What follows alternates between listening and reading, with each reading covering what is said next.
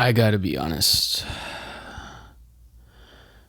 Your boy has been a little overwhelmed lately, and a little is an understatement because this feeling has been lingering on for a couple weeks now, and I've been really good at just pushing it under the rug with releasing Dreamflow, the Notion template, and doing client work and doing these YouTube videos. I just kind of pushed it under the rug and avoided it so that I could get work done.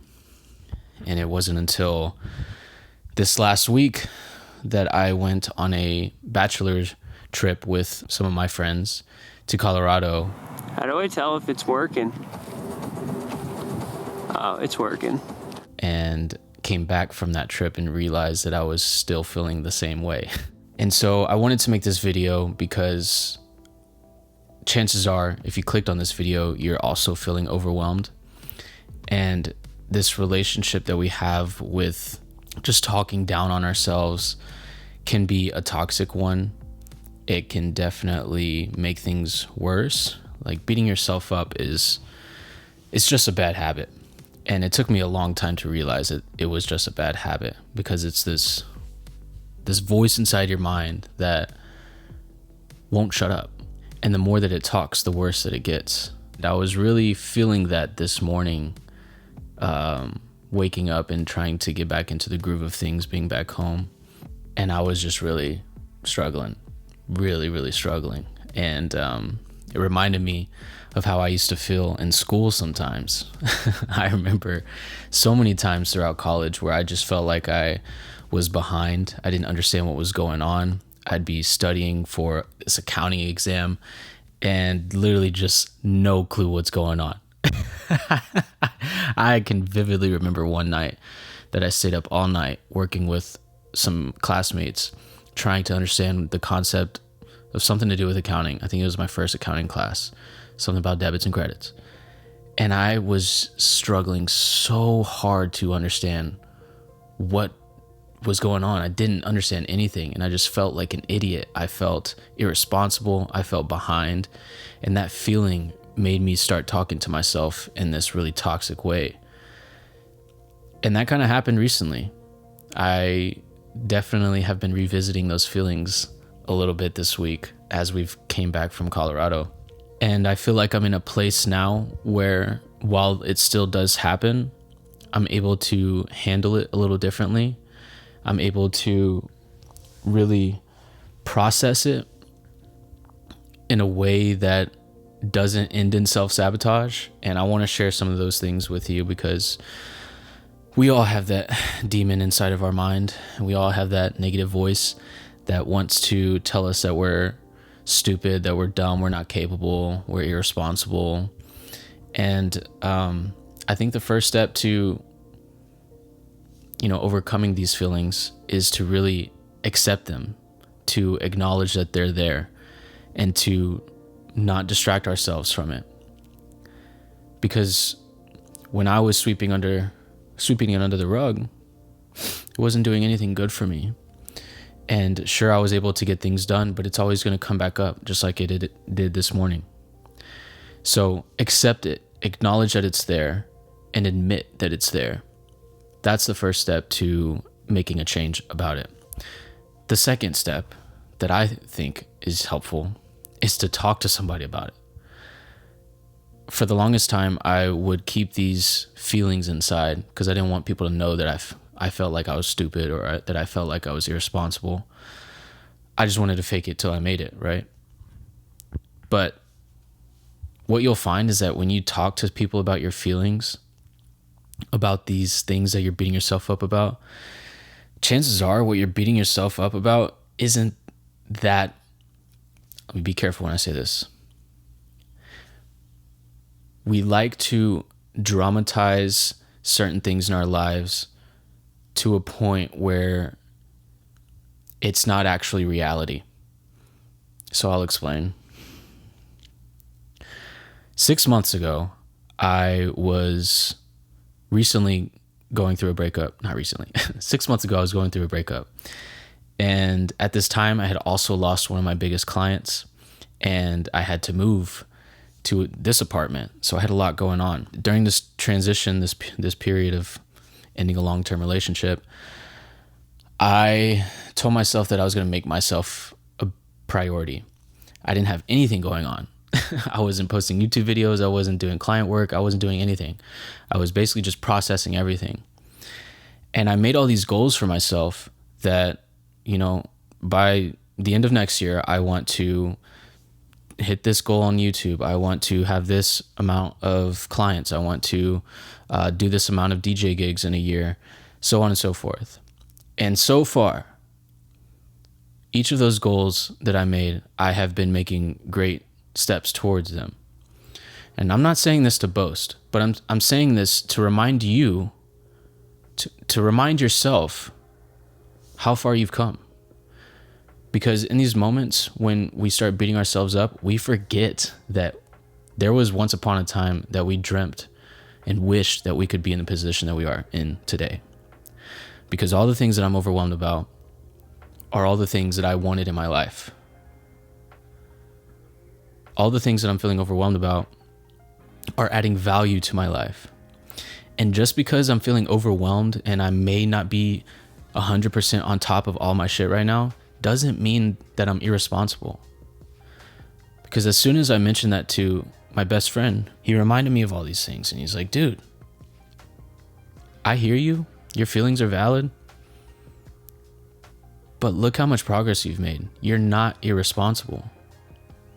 You're pushing for a bigger life, for more things, for creation, for innovation. I'm starting to sound like some corporate person now, but you're pushing for a life that you don't already have, and that alone makes you not irresponsible.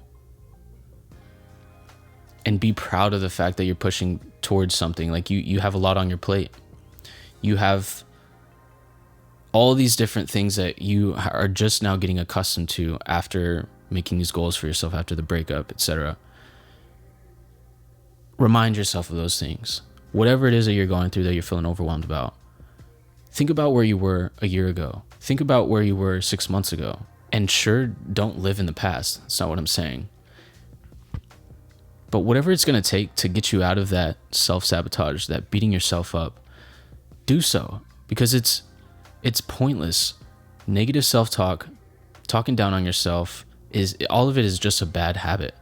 And the quicker that you can admit that you have this bad habit, the quicker you can make the adjustments, because you'll have the awareness that you're doing it to yourself. And you'll realize that, dude, why am I doing this to myself? Like, life is short. Life is beautiful. I have great people around me. There's so many things to be thankful for. And I'm over here stressing about taxes. Everything that you have ever stressed about in your life has sorted itself out, hasn't it?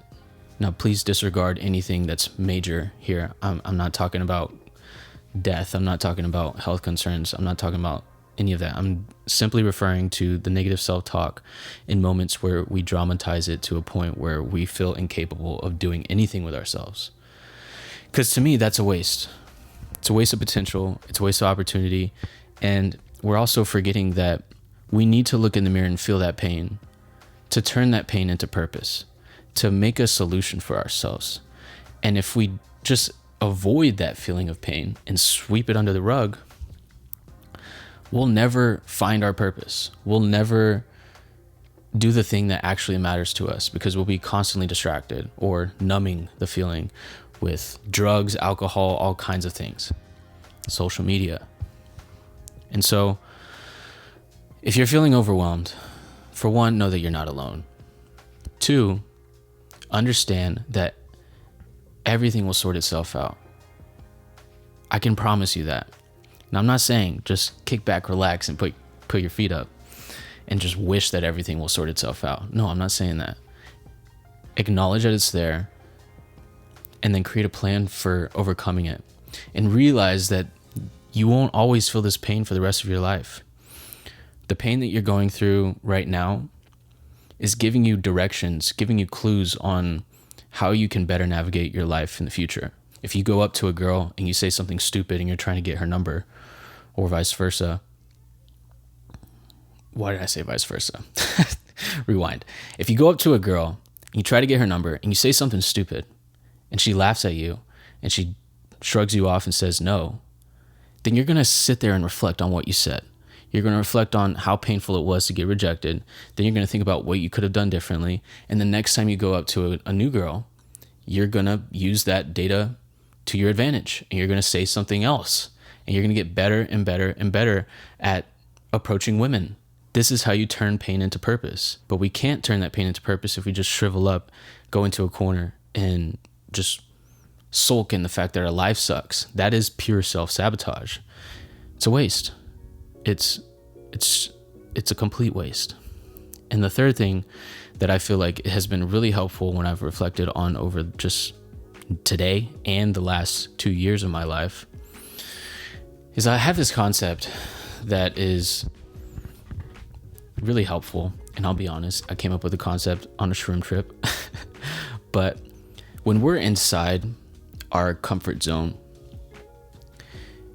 and we feel like we're really struggling mentally, sometimes we're just literally stuck in our head. And a way to get out of our head is to actually physically take a step outside and walk. If you want to get out of your head, go outside.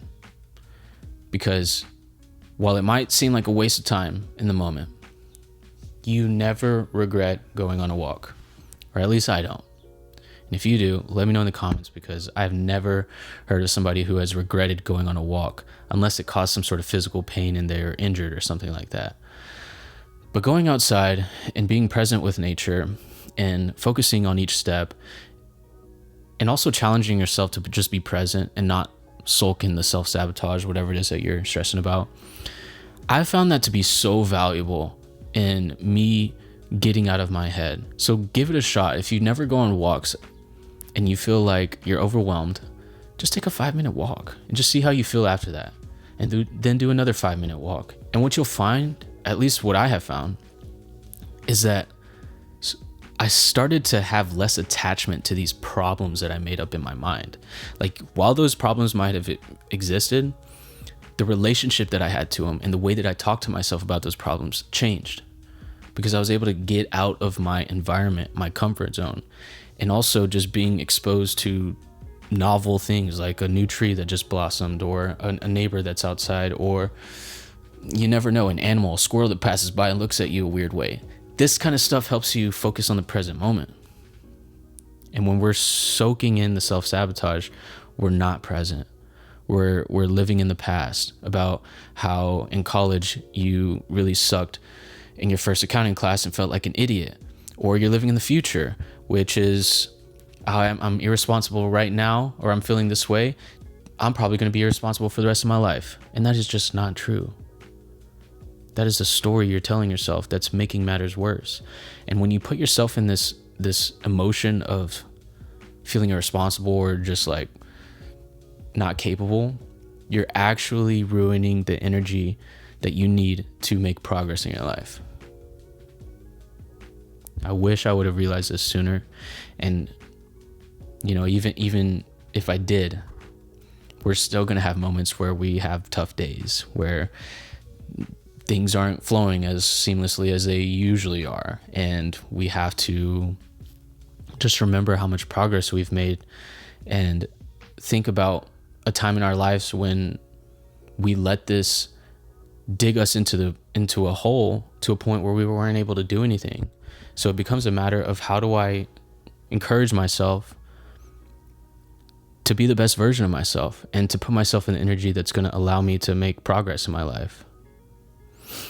There's a beautiful quote on energy that I heard somewhere that said, your bank account doesn't reflect your potential.